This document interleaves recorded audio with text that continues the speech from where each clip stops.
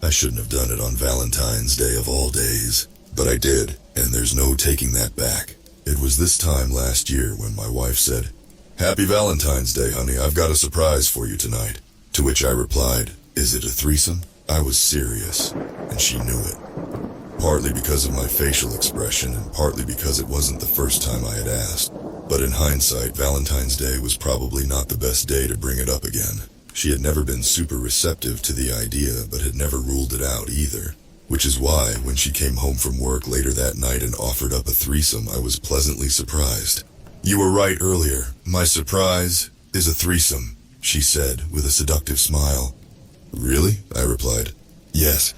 Best wife ever. Which is why I got you these," I said, handing her a bouquet of flowers and a card. "Happy Valentine's Day." "Oh, happy Valentine's Day," she said, kissing me. Looking back at it, I'm not even sure why I wanted a threesome in the first place. My wife and I had a perfectly great sex life, just the two of us. And logistically, 3 people just sounded complicated. But I had never done it before, and it was one of those things I wanted to check off my bucket list. So who are you thinking? For the girl, the third?" I asked. "That's a surprise," she replied. "Surprise?" "Yeah." "For when?" "Now." "Now?" "Yeah, be ready to head out in 15 minutes. Suddenly my heart started racing and goosebumps covered my body. "On it," I replied. "It's happening. It's finally happening," I thought to myself, and very soon I ran to the bedroom to pack whatever it was that one brings to a threesome, but was immediately stumped. Looking around the room for condoms, I realized that after having been married for a few years, I wasn't going to find any. So I settled on a bottle of cologne and my sexiest boxer briefs, threw them into a backpack, and waited patiently by the door. "Wow, I've never seen you so excited to leave the house," my wife pointed out, as she slung a larger-than-normal purse around her shoulder. "What did you pack?" I asked with a flirtatious smile. "Oh, you'll find out soon enough," she replied, teasing me back. "Now what are you waiting for? Get in the car." I did as she asked, letting myself into the car and hopping into the driver's seat while she locked up the house. "Where to?" I inquired as she finally got in. "The motel," she said, typing its name into the car's GPS. "Really? That place? Not romantic enough?" I should have noticed the way that she said it, but I was too excited, too distracted by what was to come, to pick up any nuances in her voice. About 20 minutes later we arrived at the motel, my wife checking in on our behalf and picking up the keys. When we stepped inside the room, I was half expecting there to be someone inside, a woman of my wife's choosing lying on the bed, waiting for us. But when we turned on the light, it was just an empty motel room, a small, run-down, divvy motel room. My wife must have noticed my look of judgment. "Don't judge a book by its cover. For what we're doing, only the bed matters," she said as she closed the door behind us and locked it. "She'll be here any minute." Just hearing those words got me excited. I ran to the bathroom to freshen up, and by the time I stepped out, my wife had already let in our guest, our third. There, sitting at the foot of the bed in nothing but lingerie, was a blonde-haired woman who was in the midst of kissing my wife. Hearing me step into the room, they both stopped and turned back to look at me. "By all means, don't stop on my account," I said, but it was too late. My wife took a step back from the woman and sat down in a chair beside the bed. "No, you two first. I want to watch." "Hot," I thought to myself, while at the same time shitting a brick. Nervous that after fantasizing about this moment for years, I wouldn't be able to perform. The woman took me by the hand and guided me to the bed, where she rolled me onto my back, hopped up on top of me, and began to kiss me. It was around this time that I sensed that my wife was moving around the room behind us, but I was much too turned on, and much too distracted by what was happening, to think too much of it. Then I caught a whiff of something. "What is that?" I wondered. But before I could look around to see what might be causing it, the woman tore off my shirt. That's when my wife crawled into bed, now also wearing lingerie, and whispered into my ear seductively, "Is it everything you wanted and more?" "We've barely even started," I whispered back flirtatiously. before hearing 3 clicking sounds. Click, click, click. Tell me about it, she said with a smile, before I noticed that she was wearing something around her wrist, something larger and heavier than a bracelet. They were handcuffs, latched from each of her wrists onto that of the woman's, and that of mine. Kinky, I thought to myself as I went to reach out for my wife, but heard another sound. Clack! It was the sound of metal hitting wood. In this case specifically, the sound of the handcuffs on my other wrist as they caught on the wooden bed frame and prevented my arm from moving any farther. Even kinkier, I thought to myself. But then I noticed something. A look of concern in the blonde woman's eyes. A look of fear as she surveyed the room and began to scream. I followed her gaze to the floor, where I saw what looked like an empty gasoline can and a trail of gas. And then, my wife dropped something, a match, and the trail of gasoline went up in flames. What the fuck are you doing? I screamed at her, attempting to hop out of bed. Clack, until my handcuffs caught on the bed frame again. You wanted a threesome, here's your threesome, my wife called out, her face turning from flirtatious to ominous. A steamy, hot, scalding threesome. Honey, let us go, I yelled. I can't do that, she muttered. Meanwhile, our third continued to scream. Let me go. Why not? I replied to my wife. Because you wanted this. Honey, where are the keys to the handcuffs? That's when she held out her hand and showed me all 3 keys, before tossing them over her shoulder, far beyond anyone's reach. Why did you do that? What is wrong with you? Because my husband wasn't satisfied. Satisfied with me, satisfied with us. Around that time, the fire began to spread to the bed, and the blonde woman attempted to run away, but, with her wrist latched onto my wife, who was latched onto me, she was only able to make it a few feet away from the bed, and then I began to feel a burning sensation which grew hotter, and hotter, and hotter. All 3 of us, even my wife, began screaming and crying at the top of our lungs as the flames had begun overtaking the bed. Smoke filled the room, and we all began coughing. It was in that moment that I saw my life flash before my eyes, and resolved to die in that motel room that night, handcuffed to my wife and a woman I didn't know, until suddenly motel workers came bursting in through the door with fire extinguishers and quenched the flames that were enveloping us. But by the time they saved us, the damage was already done. Our skins seared by the flames, each of us writhing in pain. I must have blacked out at that point. But when I awoke, I found myself in the hospital, bandages covering the entirety of my body, in an indescribable amount of pain. I never spoke to my wife, or the poor woman she had hired to participate in the targeted attack. Again, directly anyways. A year later, with Valentine's Day just a few days away, I'm lucky to be alive. But I'm still left wondering, what was my wife's surprise after all? All I know is, if I ever love again, it's safe to say that on Valentine's Day, I'm never gonna ask for that again.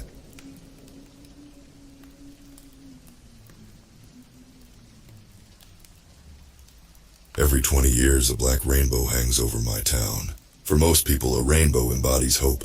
For the residents of my derelict seaside hometown, however, a rainbow invites only fear.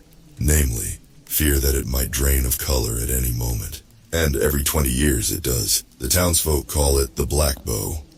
An ominous arch that paints the sky, blotting the sun for 7 days. And the events that transpire are always unspeakably dreadful. You never see the phenomenon in national news, and it seems to be a self-contained event, something only the townsfolk can see anyhow. But even if we were to tell outsiders, who would believe our story? A rainbow cannot be black or white, and the black bow is not really a rainbow. In late November of 2003, on the cusp of winter, I was a 14-year-old boy who was totally oblivious to the solemn faces of older townsfolk. Faces that I recall had been increasingly agitated with every passing month. Mum's being so moody. For the whole of December we're going to stay with Grandma in London, Ronnie huffed. I wanted to go to Anna's Christmas party with you guys. This blows. So does your mum, Alex said. I giggled and Ronnie kicked Alex in the shin. You're getting the whole month off school? I gasped. Ronnie shrugged. Guess so. Then why are you complaining? I laughed. If it makes you feel any better, my parents have been arguing a lot lately, Alex said. Dad said I need to see a therapist. They think I have depression. Ronnie and I awkwardly shuffled our feet, eyeing the ground. All I could think to say was, shall we go to the ditch to take your mind off it? And Alex, being a young boy who had clearly mastered the art of masking his pain with comedy, eagerly nodded his head. Sounds good, Charlie, he said. So, we ran through the local park to the ditch, a chasm that had become a perilous playground for children in our town. And it was always busy. Hey, Ronnie, Anna called. Ronnie blushed and waved at his crush, who was swinging on a tire haphazardly tied to a tree branch. Her nearby friends giggled, and Alex pursed his lips, making smooching noises. I snorted and Ronnie sighed. Will you guys shut up? Our blushing friend grunted. You know why I was so bothered about that party. I was gonna ask her out, but a deafening crack sounded, and a chill coursed through the air, accompanied by an aggressive whistling noise. Is it about to rain? Anna shouted. Nobody answered. Our eyes were fixated on the shape that was forming above us. A colorless arch, larger than any rainbow I'd ever seen, tore through the clouds. I waited for red, orange, yellow, or any color to appear. It didn't. There was only a towering black arch, an unstable monolith. It vibrated as if it were threatening to disintegrate at any moment. What is that? Alex whispered. I don't know, I gulped. Anna and her friends began to walk cautiously away from the ditch. She waved nervously at Ronnie, and he smiled back before returning his gaze to the unnatural thing above us. And then his phone started ringing. Hello? He said. Mom, what do you mean? Yes, I'm just at the ditch. What? I'll come home in... Why? But Okay, I'm coming home now. Flustered, Ronnie angrily thrust his flip phone back into his pocket. I have to go home, he said. Mom says we're packing and going to Grandma's right now. I don't think our teachers are gonna like that, but... I pointed at the black rainbow. Is that why she's worried? Yeah, I've gotta go, guys. She said she'll pack for me, but I don't want her to forget my Xbox. I guess I'll, see you after Christmas. Ronnie sighed, running off before we could say anything. Jammy Dodger, Alex huffed. Fancy a go on the tire, seeing as it's free? Alex, don't you care that something's wrong with the sky? I asked. He shrugged. It's a rainbow. It's black. I don't like this. I think we should go home too, I said. Alex sighed, hanging his head dejectedly as we walked away from the ditch. And it was when we strolled through the park gates, which were swinging ferociously in the wailing wind, that we first started to notice things had changed on the ground, not just in the sky. It must have been early afternoon, but the rainbow had blackened the world beneath it. Lampposts had sprung to life. A car soared past at a frightful speed, swerving from side to side, whilst blinding us with full-beam headlights. Idiot, I grumbled, as we followed the main road towards the town hall. The insanity only seemed to worsen. The piercing pitch of the wind had veiled the ruckus at first, but we started to discern the cries of townspeople. More cars hurtled past. That was when the rain began to fall. Black rain, so thick and heavy that it shrouded what little visibility remained in the town. It started to collect on the bulbs of lampposts and the headlights of cars, gradually easing the world into a deeper realm of darkness, and each pellet of rain felt as if it might puncture my skin. There was an ill-meaning sharpness to it, an inescapable weight. What is this? Alex asked, nervously eyeballing the black stodgy substance collecting in his palms. I don't know, I said, pulling my hood up. But I think we need to go home and check that our parents are okay, before we struggle to even see 2 feet in front of ourselves. Yeah, I think, Alex started. He was interrupted by the horrifying sound of metal coiling itself around something immovable, and we both snapped our necks around to see, in the thick of the black downpour, a crumpled Prius. It had melded with the town sign in the center square. narrowly missing us. "That looks like Dad's car," Alex cried. I silently shivered on the spot, and it was a great shock to witness the mangled driver's side door creakily swinging open. There was the terrible sound of misshapen metal grinding against misshapen metal. Other than the cacophony of rainfall, it seemed to be the only sound in the empty town center. Every smart soul had fled. From the wreckage, a bloody man fell onto grass caked in colorless sludge, and he supported himself with shaky arms. The dying light scarcely illuminated the figure, but the car, even as a distorted wreckage in the dark, was familiar. It looked like Alex's father. Moments before the world entirely plunged into darkness, we got a good look at his face. But it wasn't a view that answered our burning question. The only remaining feature was his mouth. And when the man parted his lips to scream, that mouth suddenly widened, splitting his head open like a raw egg. "Weak!" he screeched in an inhuman wail. "Dad," Alex whispered. The rain stopped. It had coated the road and lampposts in a stubbornly sludgy layer of unidentifiable horror. The sky was pitch black. Even the black bow was no longer visible. Pockets of light pierced the blackened, rain-smeared windows of houses. But Alex and I were well and truly in the dark, and all we could hear was the labored breathing of the thing that used to be his father. "We need to run," I whimpered in horror, seizing my friend's arm in a vice-like grip. I could barely see the pavement in front of me, let alone the abomination from the car wreckage. But that was good. It meant he couldn't see us either. I hoped he couldn't see anything, given he only had a mouth. Then again, I could no longer be sure of anything. "He was talking to me," Alex muttered. I ignored my friend, guiding him by the arm through blackened streets. I was grateful for the darkness. It concealed the horrors that we could only hear. "The black bow's early. Why is it so early?" one man cried, slamming a car door. "Move, he's behind us," a woman replied loudly. And farther down the road, "Please, Lucy, please," another woman screamed. "You'll hear me now, Mother," a guttural voice shrieked. "He's not my father, and he'll never be my father." The sound of screaming quickly gave way to squelching. My body started to tighten. A new type of fear gripped me. Something beyond primal horror. Whatever was happening, it was beyond anything a person should experience. "He said that to me once," Alex continued. "What?" I asked, absent-mindedly scanning streets, trying to navigate a lightless world. He apologized, but he said men are supposed to be strong, and depression is a sign of weakness, Alex muttered, sniffling. But then he must have realized that he'd said too much, or Mum told him off. I don't know. He apologized, said I needed to see a shrink. "I'm sorry, Alex," I said, guiding us down the road I was certain would lead to my parents' house. "It's him, Alex," he whispered.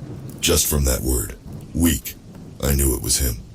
Before I could respond, the sound of a scuffle ahead caused me to stop in my tracks, placing an arm in front of Alex. We could barely see one another, but I held a cautious finger up to my lips. "Ronnie, please!" a girl screamed. Anna. We could scarcely see them in the darkness, but there were two silhouettes in the middle of the road, and as the head of one figure seemed to separate down the middle, I felt a sickness in my gut. "Why won't you just drink, bitch?" the thing snarled. "Ronnie, something's wrong with your... Please let me go." Anna whimpered. "Girls leading boys on say one thing but mean another," the creature growled. As Alex and I cautiously waded through the black puddle to the other side of the street, I could faintly distinguish the thing prying open Anna's mouth with its fingers. She struggled and squirmed, likely trying to close her lips, but it was no use. I watched in fright as Ronnie shoveled black sludge from the road into her open mouth. "It'll stop hurting soon," he said in a soft growl. "Thank you. That was all I wanted." Alex and I were sobbing as quietly as possible, and I was grateful, yet again, for the cloak of darkness, shielding us from the majority of the horror. But I still saw too much. Far too much. Anna was sobbing too, for half a minute or so, and then her sobs changed into laughter, or mania. I fucking hate you, she growled. Thankfully, at that moment, I reached a house with distinctive windows. The glass panes were coated in black rain, but given the light cast through the murkiness onto our front lawn, the shape of the house was familiar. It had to be my home, and when I bumped into the gate leading onto the front path, I was entirely certain. I let go of Alex's arm for a second. Only a second. Son! A voice bellowed. I spun around and I couldn't see Alex anymore.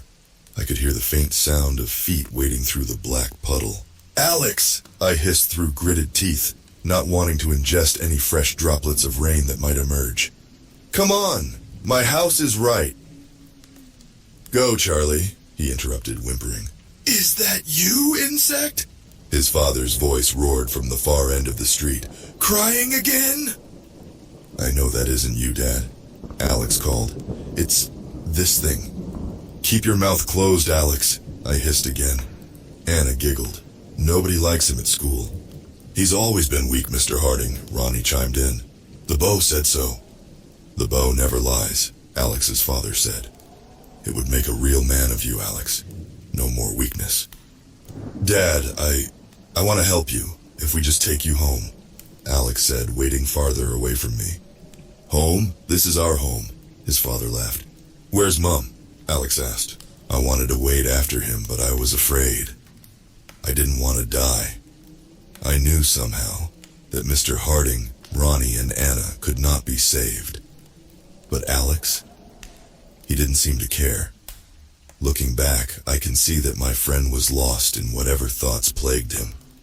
So lost that he didn't notice reality disintegrating around him. And I suppose the Black Bow wanted him for that very reason. It feeds despair and cruelty into our minds. It fuels blackened thoughts that lie dormant in there. In the garden, his father said. Alex cried, and I heard the sound of multiple footsteps wading ever closer. Meanwhile, I was quietly inching the gate open, and then the wading ceased. Bye, Charlie, Alex whispered. A scuffle commenced, too darkened for me to distinguish. But I could hear Alex choking, much as Anna had. I knew that the bow would take him too. I fumbled in my pocket for my keys, crying inwardly as I heard Alex's cries subside. I thrust them into the lock, pushing the door open. And as I turned to close it behind me, the light from our front hallway illuminated the exterior of my house. Just beyond the gate, I could see them. Alex, Ronnie, Anna, and Mr. Harding, standing four abreast, heads transformed into ghoulish, wide-mouthed monstrosities. I slammed the door, locking it, and turning to see two fully-faced, crying parents running towards me. I left that town long ago, as most do. My parents moved there in '87. So they had never seen nor heard of the Black Bow. And that's why I don't blame them for what happened. We would later learn about the ominous black rainbow from the real estate agent who sold the house to us. A little old man named Arnold, a man who had fled town with others as the bow formed on that day in 2003. My father pinned him against a wall until he spilled all of his secrets. Yes, I knew about it, he said. 83, 63, 43, it shows every 20 years. But you wouldn't have believed me. Nobody believes it until they see it for themselves. Yeah, well, you could have not sold the house to us, my father screamed. This is my life, Mr. Carlson, my home. I have to make a living. And is the ugliness really that bad? It only lasts for 7 days every 20 years. The rest of the time, this is the most beautiful town in the world. A slice of paradise by the sea, he said. Why would you stay here? Why would anyone? My father cried. Because we know not to drink it, he said. Just don't drink it, and everything will be okay. The storm passes. It always passes. But that answer always pains me. My father asked the right question. Why would some stay? Perhaps they've come to believe the bow's lies. Perhaps that place is doomed to repeat its cycle, and I know that any day now the Black Rainbow will return.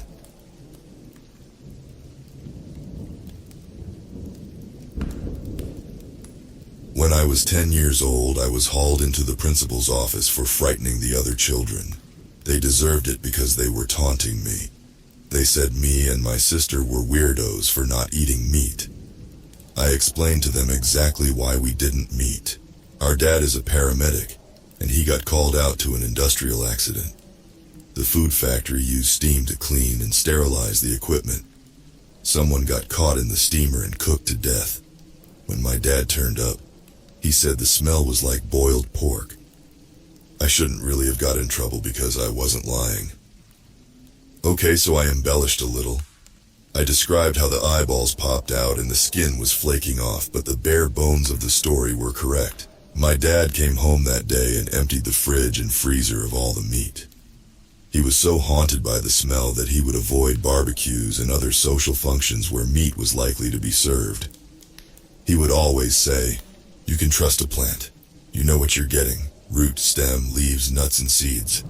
I was on board with our family's newfound vegetarianism, but my sister rebelled and had the occasional McDonald's. Then came mad cow disease, a big scandal in the UK in the 1990s. In short, they were feeding bits of cow to other cows, causing an infectious cannibal-like disease called bovine spongiform encephalopathy, which led to a disease called Creutzfeldt-Jakob disease. When humans consumed the meat, 178 people died. One of them was a boy at our school called Lewis. My dad was Mr. I Told You So. He had always been inclined to conspiracy theories, but this time he was actually right. Someone from the government appeared on TV with his 4-year-old child telling us beef was safe while eating a burger. There are 2 big employers in our town, the hospital and the university. Mom also worked at the hospital where Dad was based. It was normal for people in town to be born in the hospital and go to the university. There is a great deal of pride in these 2 institutions. Fast forward a few years and the horse meat scandal broke. In short, they had been replacing beef with horse meat, which is taboo in the UK, but not uncommon on the European continent. Thankfully no one was hurt, except the horses, of course. My dad had a field day.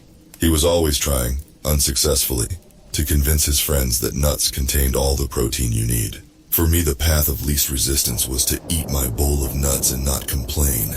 My sister just said, "What's the difference between a horse and a cow? They both eat grass for a living." I knew Dad was ultimately just trying to keep us safe. I wouldn't want any harm to come to him, or my mom, or my sister especially. We're twins, and we've always looked out for each other. I've got her back and she's got mine. Now my sister and I go to the prestigious local university and live at home with Mom and Dad. It's only half the experience, but we're saving a lot of money. I'm an anthropology major, and my sister studies English. We run in different social circles and don't hang out much. I've made a lot of friends in my first year. We hang out a lot in the canteen because it's subsidized, and none of us have any money. Even the beer is subsidized. My vegetarianism isn't a big deal here because I seem quite tame in comparison to the vegans. 2 of my friends have been ill with suspected meningitis, and because I'm not allowed to visit them, I asked my mom if she could check in on them at the hospital and let me know they're okay. I begged her for a week, but she always found reasons why she couldn't see them. Eventually she told me that they both seemed fine. They were sat up in bed, though supported by a lot of pillows, and they were both laughing, so they must have been having a good time. I suspect you'll be able to visit them soon. Then we got confirmation that it was meningitis, and everyone at the university was put on a course of preventative medicine. Mom warned us not to go hooking up with people because you could get it from kissing. Fat chance of that when I live at home with my parents. Then, suddenly and without any warning, we were informed that our friends had died. In fact, there were other students that I didn't know who had also caught meningitis, some of whom had also died while others were fighting for their lives. Rumors spread like wildfire and a town meeting was called. The collective wisdom of the people was aired. Then my dad, the conspiracy nut, got up and spoke. We've seen this before, with mad cow disease and then the horse meat scandal. I'm telling you, it's in the food. The government are lying to us. Dad was shouted down. People were concerned for the young people and needed real solutions, not his ravings. I was so embarrassed to be seen with him. When we got home, he was pacing up and down the kitchen muttering to himself.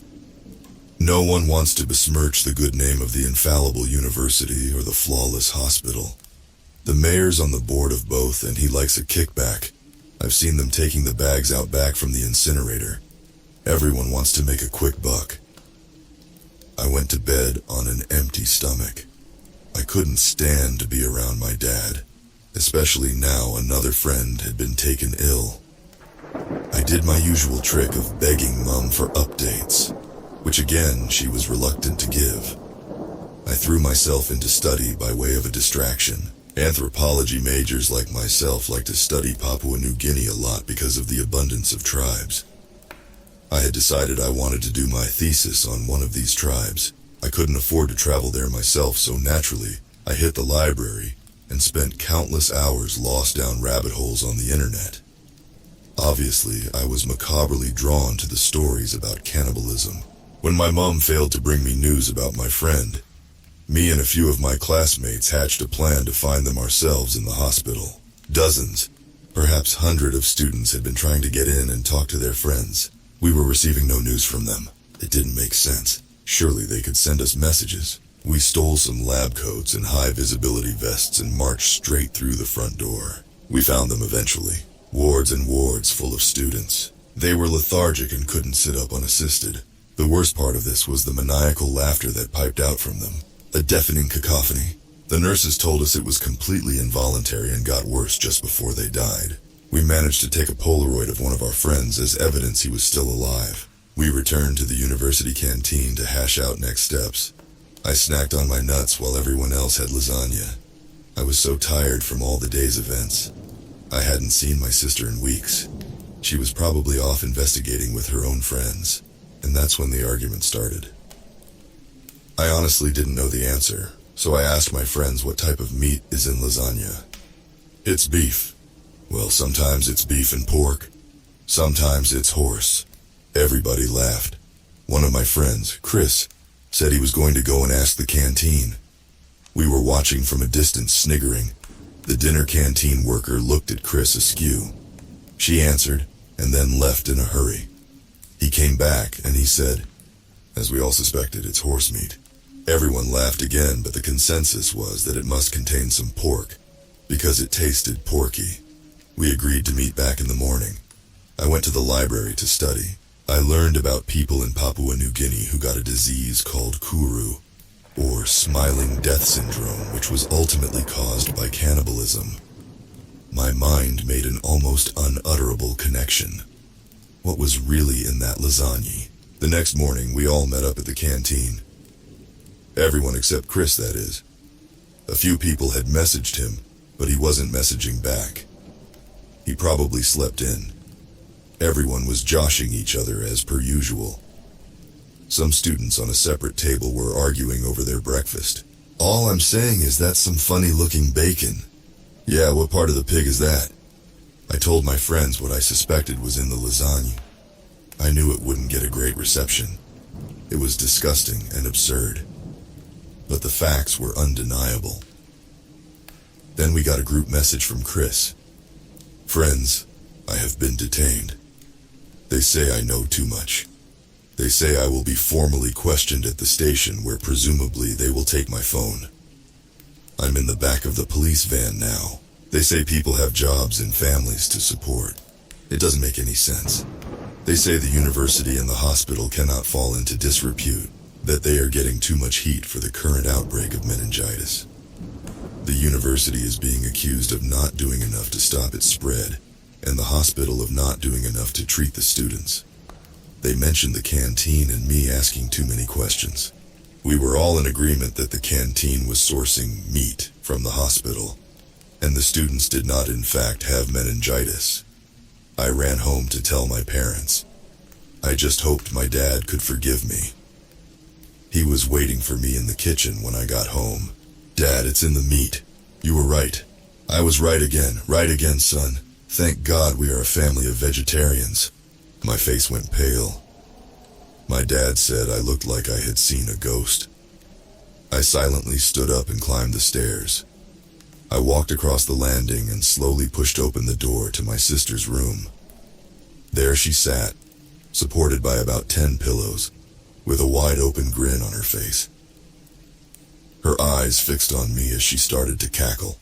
At first a whisper, then a deafening cacophony.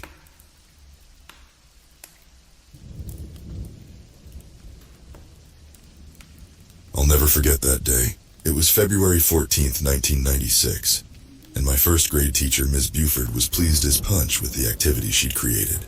She'd asked our class to use construction paper, ribbons, and other materials to make a Valentine's Day card, then give it to someone else. The more kids who accepted your Valentine, the more points you got. And the kid who had the most points at the end of class would win a bag of candy. I didn't care about candy. I didn't care about winning.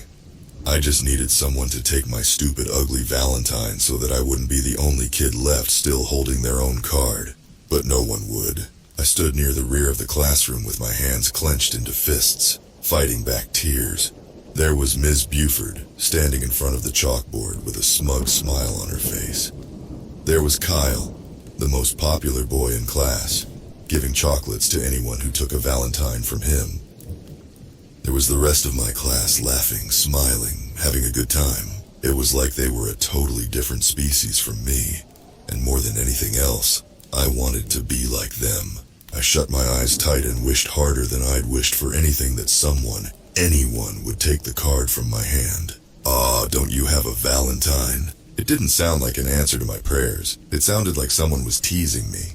Stranger still, the voice was coming from the closet where we hung our coats. As I turned around to look at it, I remembered how dark and musty it always seemed. How I always had an irrational fear that a hand might reach out from that wall of children's clothing and pull me through to some other place. Now, however, there was another child standing in the shadows. "I'll be your Valentine if you'll be mine." I gulped, my throat dry. This was what I had wanted, wasn't it?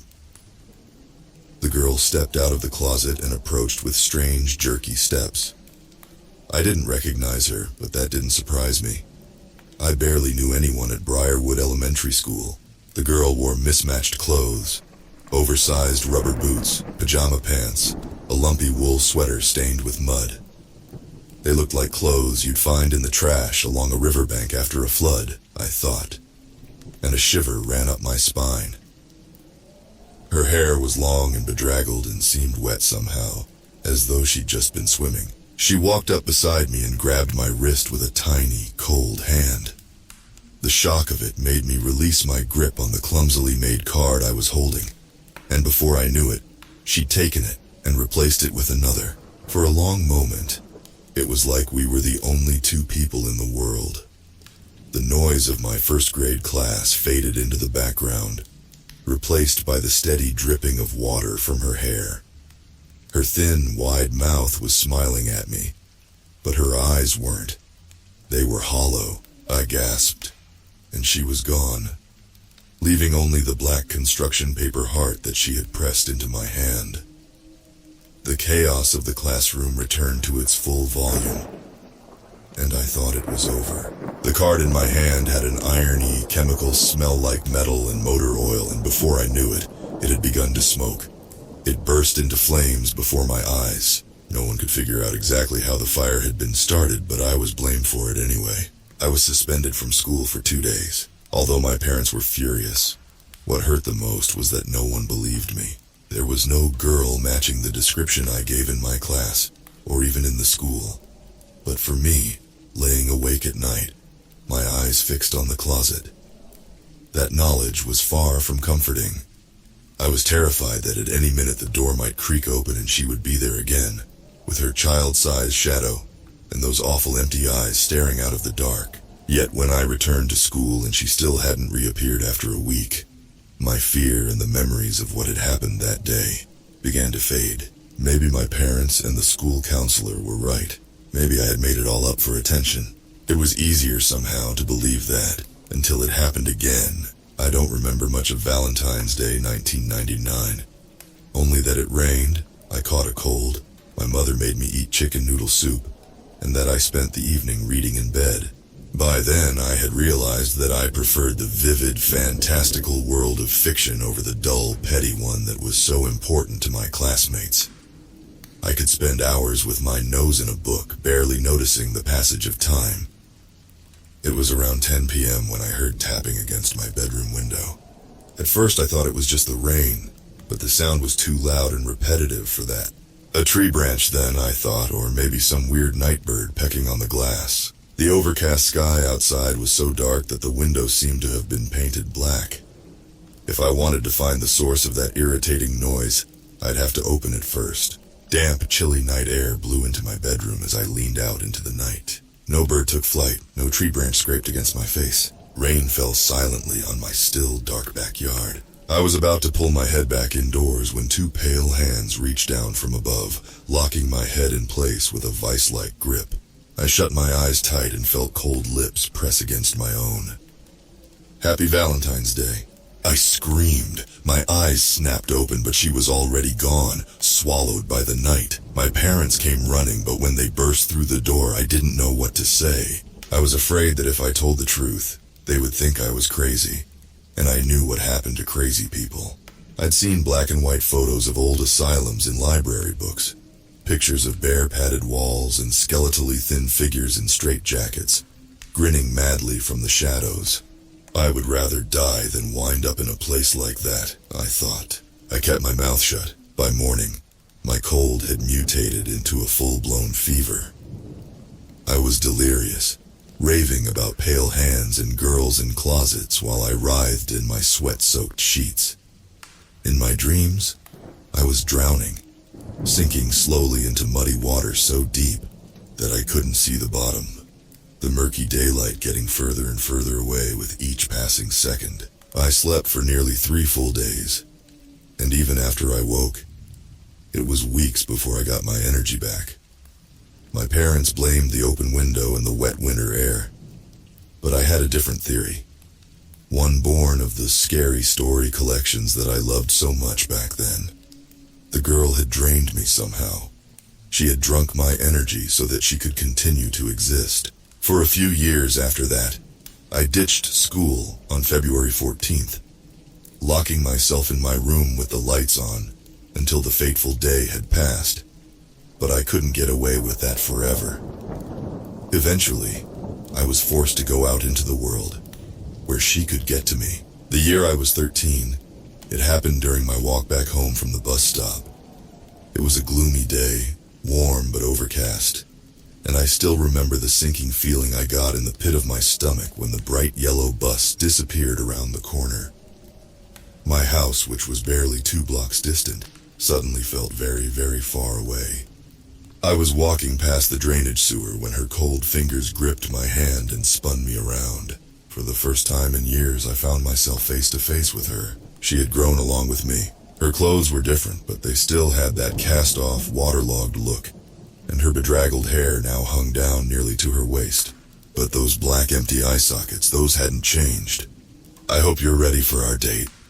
With incredible strength, she dragged me off the sidewalk, toward the sewer canal. She was a head shorter than I was and probably less than half my weight, but she pulled me along as if I weighed nothing at all. Soon, we were inside the small clump of waterlogged pine trees that loomed over the concrete ditch. My feet slipped in the mud, but she kept pulling, dragging me up to the point where the soggy ground sank into a deep pond.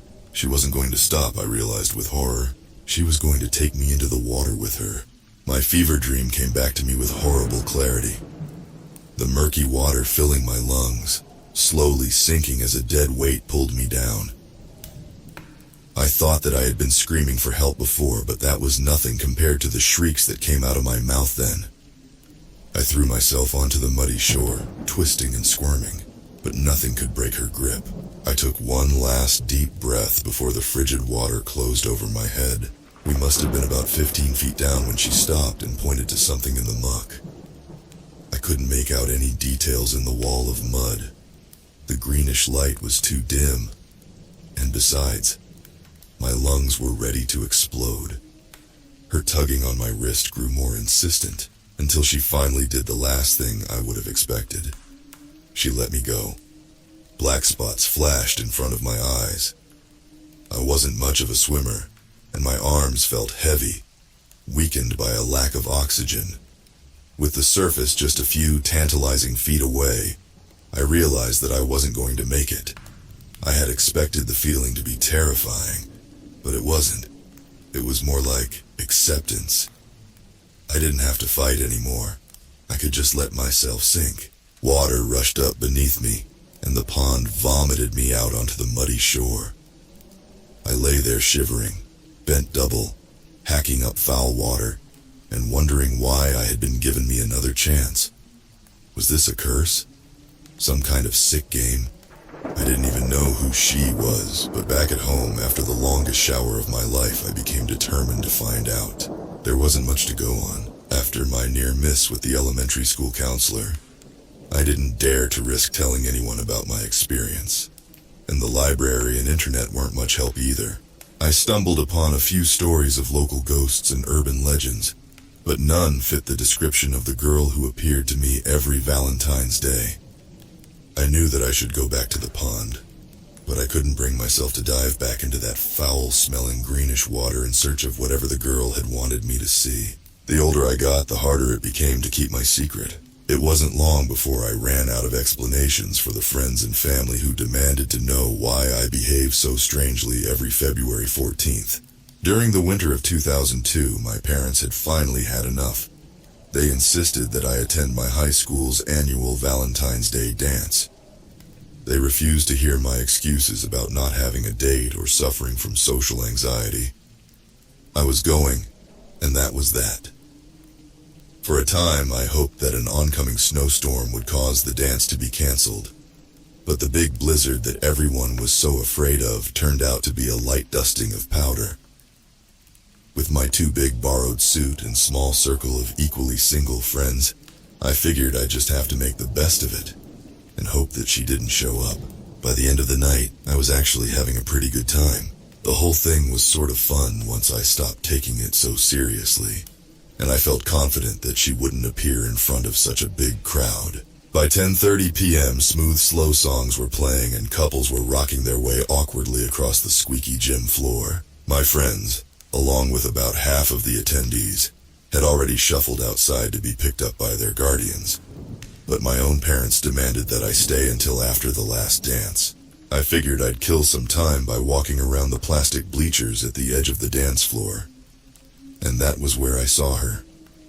She was sitting in the topmost row, well beyond the slow-moving, colorful lights. If it hadn't been for the glitter of her damp hair in the darkness, and that creeping feeling on the back of my neck, I never would have known she was there at all.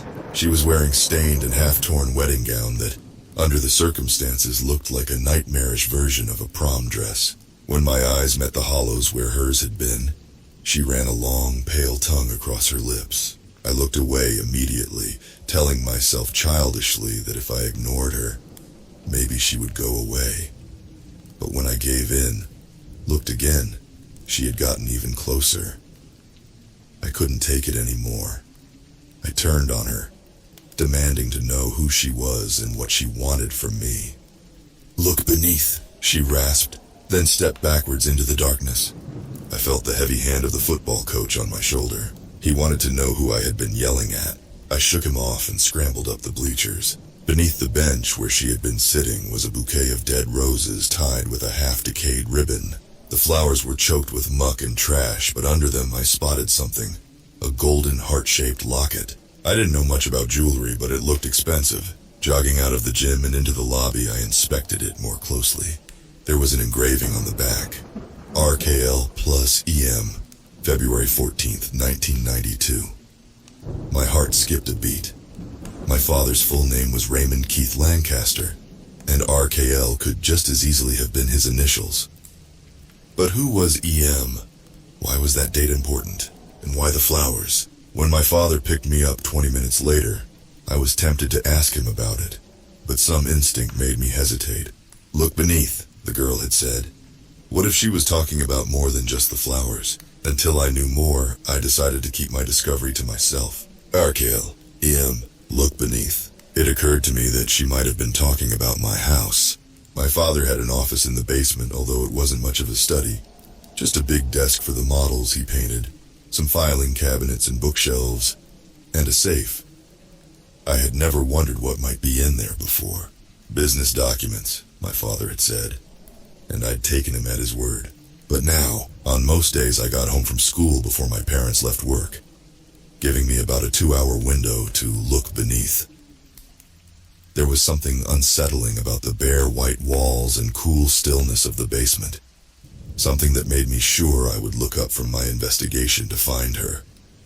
Or worse, my angry father hovering over me, demanding to know what I was doing, demanding to know what I had found out. In the top drawer of my father's desk, I discovered a yellowed instruction manual for the safe. It took a combination of 10 letters or numbers to open it, and 5 wrong attempts would seal it completely. I opened it on the 3rd try with EM21419992. Just as my father had insisted, there was nothing but old paperwork inside, at first glance. Underneath it, however, was something else. An envelope full of letters that had been sent between my father and someone named Elizabeth Murphy. I realized with disgust that my father had been having an affair. But from there, the notes took an even darker turn. Something terrible had happened on the night of Valentine's Day, 1992. I know how bad you feel, Eliza had written, but you did what was best for everyone. There's no point in destroying all our lives over one little accident. One little accident? The internet was a different beast now than it had been when I had first searched for ghosts and local legends. Less than a minute after I powered up the PC on my father's desk, I was looking at a news article about a girl who'd gone missing in my neighborhood. On February 14th, 1992. I recognized the gap-toothed, brown-haired girl in the photo, although the version of her that I knew was older, paler, and missing her eyes. Laura Broadwell's mother, Amanda, wasn't sure exactly what had gone wrong that night. She had been drinking pretty heavily since the divorce, and that last thing she remembered was coming in with the groceries, putting on some cartoons for her daughter, and opening a few bottles of cheap champagne. It was possible, she admitted, that she hadn't completely closed the front door. Possible, too, that 4-year-old Laura had seen the half-open door and wandered outside to see what the world looked like after dark. Unfortunately for the police, the rainstorm that swept through that night washed away any evidence of where Laura might have gone. Regular updates on the case continued for a few months afterwards, but with no leads and Laura's mother already behind bars for negligence, there was little to report. By the time Laura Broadwell appeared in the closet of my first-grade classroom, she had been forgotten by almost everyone for years. Most people in the comment sections blamed Amanda for what had happened, but no one could offer a clear explanation for what had occurred that night. Armed with my father's letters to Eliza, and the knowledge that she had lived right across the street from the drainage ditch, however, I didn't think I needed one. It was easy to imagine how it might have gone. Raymond Keith Lancaster, speeding out of the neighborhood to meet his lover, a bouquet and a locket beside him in the passenger seat. 4-year-old Laura Broadwell, walking across the yard while her mother snores drunkenly on the couch in the blue glow of her cartoons. Laura doesn't look up before crossing the road. My father, with only one thing on his mind, doesn't brake in time. Slick roads, screeching tires, and a sudden, horrible snapping sound. My panicking father checks for witnesses, but no one is looking out their windows on a rainy Valentine's Day night. He sees the drainage ditch and the pond beyond it. He wraps the body in a tarp from the trunk, weighs it down, and hurls it into the water, unaware that the bouquet and locket have fallen out onto the road in the confusion. Rain washes them down the concrete ditch and into the pond, where they sink down into the mud along with whatever was left of Laura Broadwell. He takes his car into an under-the-table shop, blaming wet roads and a fallen tree for the damages. As the days drag on, Eliza and my father realize that they're in the clear. The secret of their affair is safe, as is the secret of the death they caused one rainy February night. Was it the link between my father's crime and the holiday that drew Laura to me all those years ago? I wasn't sure, but I knew what I had to do. This year, on Valentine's Day, I went back to the pond beyond the drainage ditch by choice this time, on a burner phone. I called in a tip about where the missing body of Laura Broadwell might be found. After hanging up, I sat and spoke to the shadows on the surface of the dark winter water. I said that I would leave the locket on my father's desk that night, so that he would know that everyone he cared about would soon find out the truth. I also said that I'd leave the front door of my house open just a crack, just as it had been left open for Laura all those years ago. It's just a few minutes after midnight, and I can already hear the creak of footsteps in the hallway downstairs. I wonder what she's bringing. My father for Valentine's Day.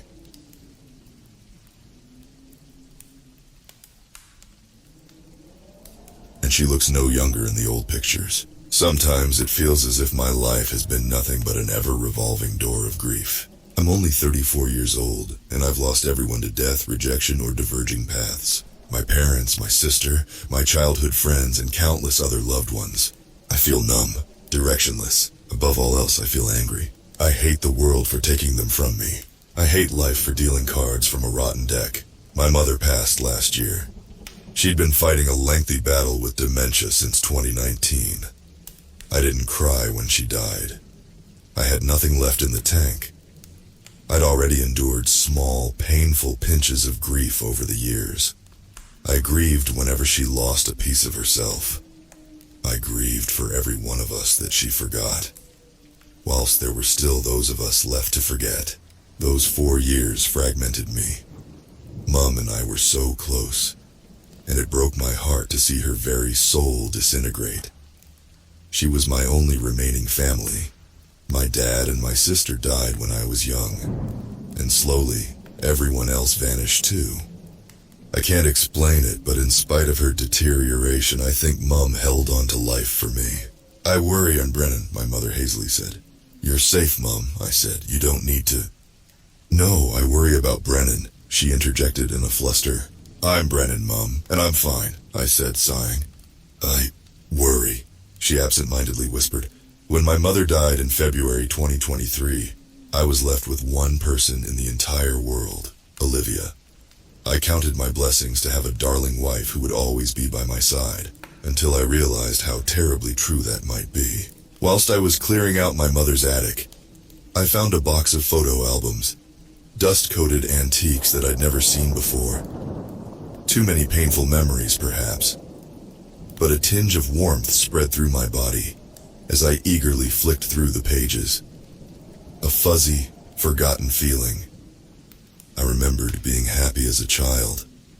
I was surrounded by family and friends.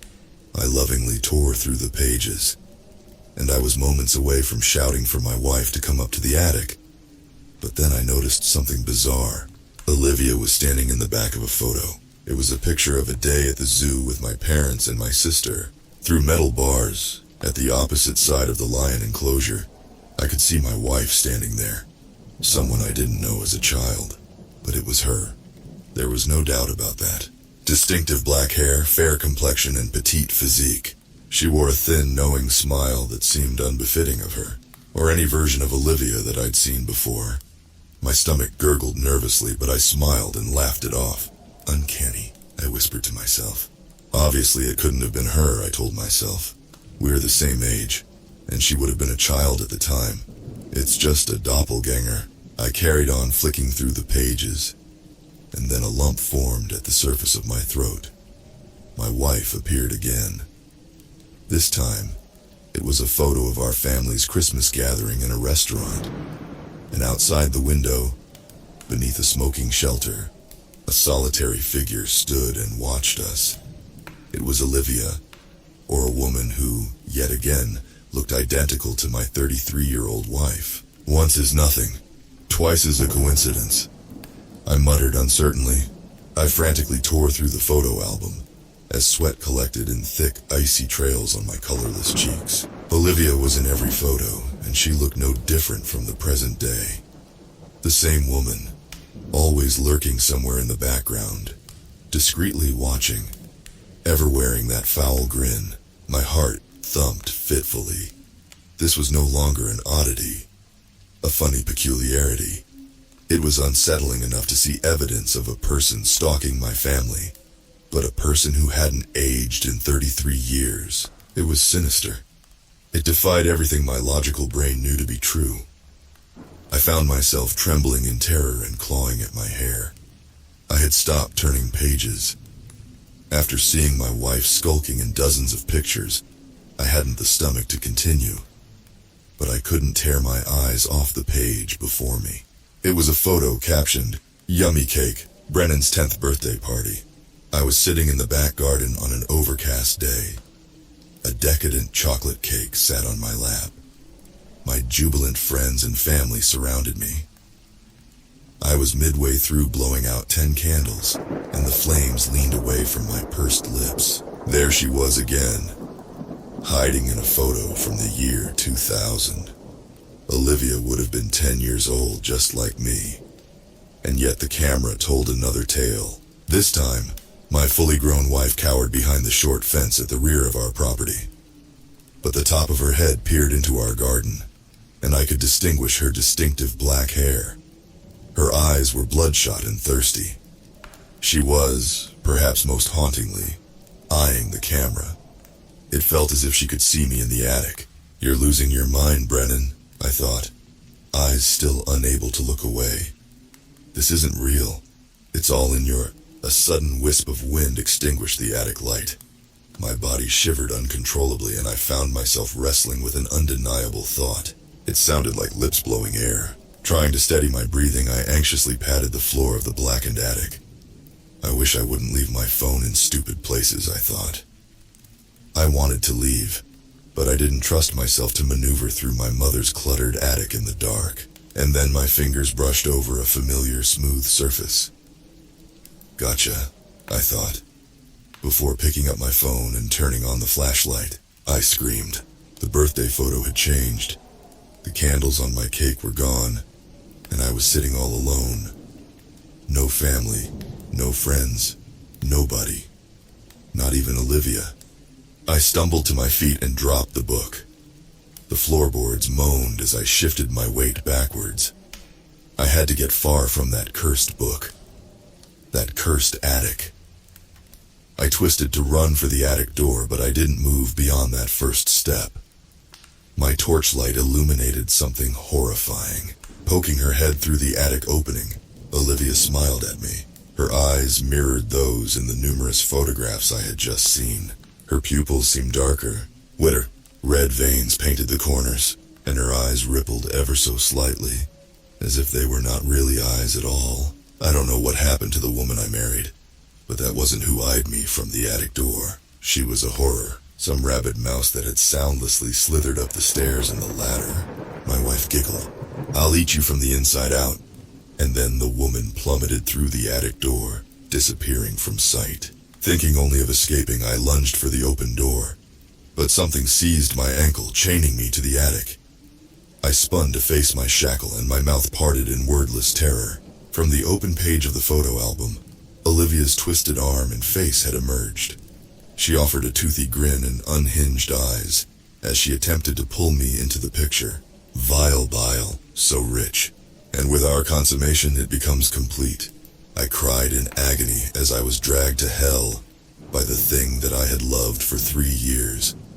A hellish demon I had believed to be my wife. But it seemed I truly had nobody left. Nothing but a cancerous tumor clinging to my very essence. It was draining the last of my pain, the last of my suffering.